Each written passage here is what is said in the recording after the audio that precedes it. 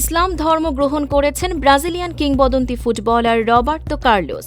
এমন দাবি ও ছবি ছড়িয়ে পড়েছে সামাজিক যোগাযোগ মাধ্যমে। দাবিটির সূত্র তুরস্কের একে পার্টির সংসদ সদস্য আলী শাহিন।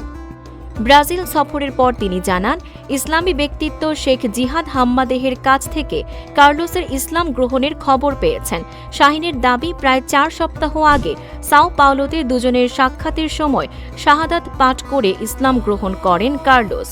পরে তুরস্কের বিভিন্ন সংবাদ মাধ্যম ও আন্তর্জাতিক ফুটবল সংবাদ মাধ্যম গোল বিষয়টি নিয়ে প্রতিবেদন প্রকাশ করে। তবে গোলও জানিয়েছে, কার্লোস নিজে এখনও ধর্মান্তরের খবর নিশ্চিত করেননি। এদিকে সম্প্রতি কার্লোসের সঙ্গে সুহাইলা এল তাহিরির বিয়ের কিছু ছবিও সামাজিক যোগাযোগ মাধ্যমে ছড়িয়েছে।